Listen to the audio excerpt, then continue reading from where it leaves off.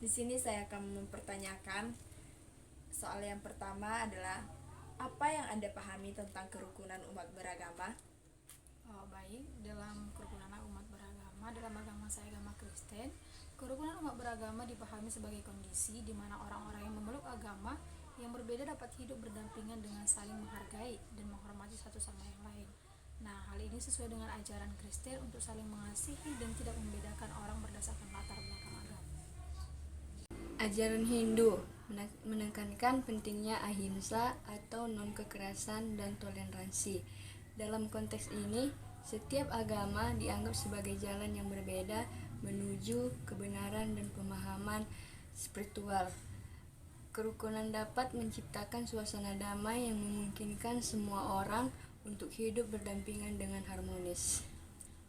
Dalam agama Katolik, kerukunan umat beragama dipahami sebagai kondisi di mana pemeluk agama yang berbeda-beda dapat hidup berdampingan secara damai dan saling menghargai satu sama lain.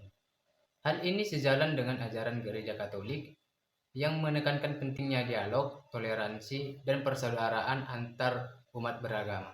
Dan Buddha menekankan pentingnya saling menghormati, memahami, dan mengurangi konflik. Setiap orang dihargai sebagai makhluk hidup yang memiliki potensi untuk mencapai pencerahan. Kerukunan juga penting untuk menciptakan lingkungan yang damai, sejahtera bagi semua. Dalam agama Islam, kerukunan umat beragama merupakan suatu keadaan di mana pemeluk agama dapat berhidup berdampingan secara damai dan saling menghargai satu sama lain. Islam mengajarkan umatnya untuk menghormati perbedaan dan saling toleransi. Selanjutnya untuk pertanyaan yang kedua, menurut Anda, apa saja konsep atau cara yang dapat diterapkan untuk menciptakan kerukunan umat beragama di masyarakat? Berikan contoh yang Anda ketahui. Untuk konsep yang dapat saya terapkan dalam agama Kristen, antara lain yang pertama tuh mengedepankan dialog dan komunikasi yang terbuka antara pemeluk agama yang berbeda. Yang kedua, melakukan kegiatan sosial dan pelayanan bersama tanpa memandang perbedaan agama. Contohnya itu seperti membantu korban bencana alam tanpa membedakan latar belakang agamanya. Melibatkan berbagai kelompok agama dalam kegiatan sosial untuk memperkuat hubungan. Contohnya, program bakti sosial yang diikuti oleh komunitas Hindu, Kristen, dan Islam untuk membantu masyarakat yang membutuhkan. Konsep yang dapat diterapkan dalam agama Katolik antara lain mengedepankan dialog dan komunikasi terbuka antar pemeluk agama yang berbeda, melakukan kegiatan sosial dan amal bersama tanpa membedakan latar belakang agama, membantu korban bencana alam tanpa melihat agama mereka. Dialog antar agama, mengadakan pertemuan antar pemuka agama untuk berbagi pandangan dan saling memahami. Contohnya forum lintas iman yang membahas isu-isu sosial bersama. Yang dapat diterapkan dalam agama Islam antara lain saling menghormati dan menghargai perbedaan dan keyakinan, saling bekerja sama dalam kebaikan dan tidak saling merugikan. Contohnya membantu tetangga yang berbeda agama saat mengalami kesulitan. Selanjutnya untuk pertanyaan yang ketiga, dapatkah Anda memberikan contoh konkret dari masing-masing agama terkait upaya menjaga kerukunan antara umat beragama? Bagaimana caranya?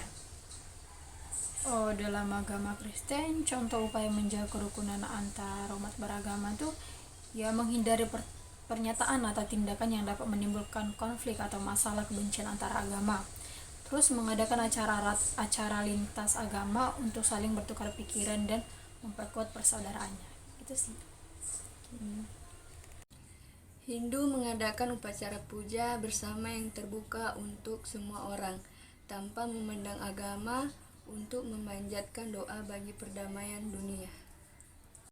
Dalam agama Katolik, contoh upaya menjaga kerukunan antara umat beragama mengadakan pertemuan dan acara lintas agama untuk saling mengenal dan memahami, mendukung hak asasi manusia dan kebebasan beragama bagi semua pemeluk masyarakat. Mengadakan dhammato yang terbuka untuk umum di mana orang yang berbagai latar belakang dapat mengajarkan agama Buddha dan bertanya.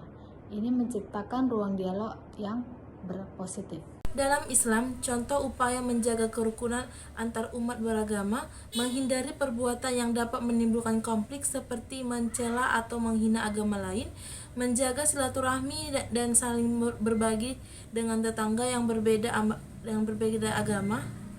Selanjutnya pertanyaan yang terakhir, yaitu pertanyaan keempat. Apa saja manfaat dan dampak positif yang dapat diperoleh jika masyarakat mampu memelihara kerukunan umat beragama? Untuk manfaat dan dampak positifnya yang dapat diperoleh antara lain, yang pertama itu tercipta suasana damai dan harmonis di tengah masyarakat yang majemuk. Yang kedua, terjadinya kerjasama yang baik dalam membangun kesejahteraan bersama. Dan yang ketiga, meminimalisir potensi masalah atau konflik dan perpecahan yang dapat merusak persatuan.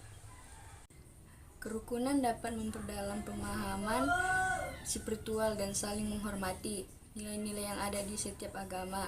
Kualitas hidup yang lebih baik, lingkungan yang damai dan harmonis, meningkatkan kualitas hidup masyarakat secara keseluruhan. Manfaat dan dampak positif yang dapat diperoleh antara lain, terciptanya suasana damai, harmonis, dan saling menghargai di tengah masyarakat. Adanya kerjasama yang baik dalam membangun kesejahteraan dan kemajuan bersama. Terhindar dari potensi konflik dan perpecahan yang dapat merusak persatuan. Harmoni sosial yaitu masyarakat yang rukun akan menciptakan lingkungan yang damai dan mengurangi potensi konflik, serta kerjasama yang kuat yaitu saling mendorong kolaborasi dalam proyek-proyek sosial dan kemanusiaan. Manfaat dan dampak positif yang dapat diperoleh antara lain, terciptanya suasana damai dan harmonis di tengah masyarakat, adanya kerjasama yang baik dalam membangun kesejahteraan bersama, terhindar dari konflik dan pemecahan yang dapat merusak persatuan.